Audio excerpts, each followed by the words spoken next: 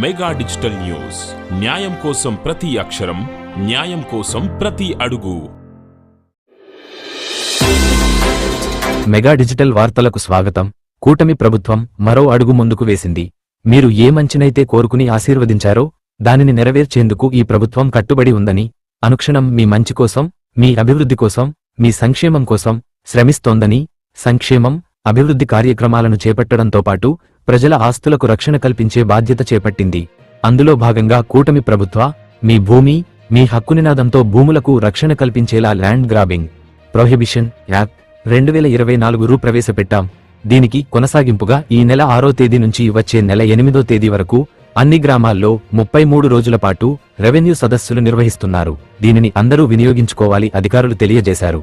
గ్రామ స్థాయిలో భూములకు సంబంధించిన సమస్యలను పరిష్కరించేందుకు సంబంధిత శాఖల అధికారుల బృందం ప్రతి రెవెన్యూ గ్రామాన్ని సందర్శిస్తుంది. ఈ సమయంలో తమ భూములకు సంబంధించిన అభ్యంతరాలను భూ యజమానులు అధికారుల దృష్టికి తీసుకురావచ్చు. జిల్లా కలెక్టర్, జాయింట్ కలెక్టర్ గ్రామ, మండల స్థాయిలో పిటిషన్లను పర్యవేక్షిస్తారు.